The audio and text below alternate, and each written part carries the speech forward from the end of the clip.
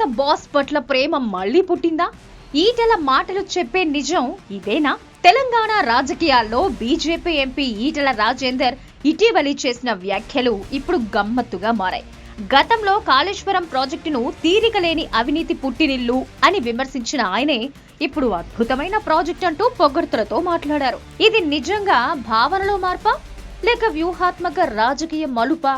MP అయి కూడా Etela BJP తరపున ఎంపీ అయినా కూడా పార్టీ సమావేశాల్లో గమ్మత్తుగా కనిపించకపోవటం, కేసీఆర్ గురించి మధ్యలో సానుకూలంగా మాట్లాడడం, ఇటీవలి మీడియా సమావేశాల్లో బీఆర్ఎస్ పాలనపై మిశ్రమ వ్యాఖ్యలు చేయడం, ఈ పరిస్థితుల్లో ఇతడు బీజేపీలోనే ఉంటాడా లేక పార్టీ మారే ఆలోచనలో ఉన్నాడా అనే ప్రశ్నలు బయటికొస్తున్నాయి.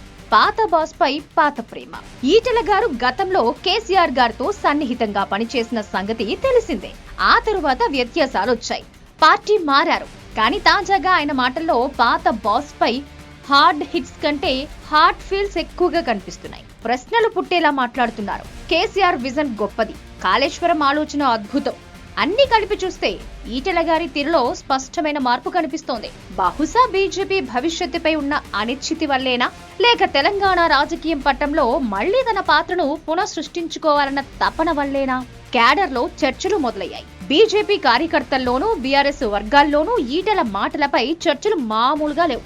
ఇతడు మళ్లీ వచ్చేస్తాడేమో చూడు, కాంగ్రెస్ కి కాదు కానీ బీఆర్ఎస్ కి మాత్రం వెళ్తాడనిపిస్తోంది. ఇలాంటి మాటలు వినిపిస్తున్నాయి.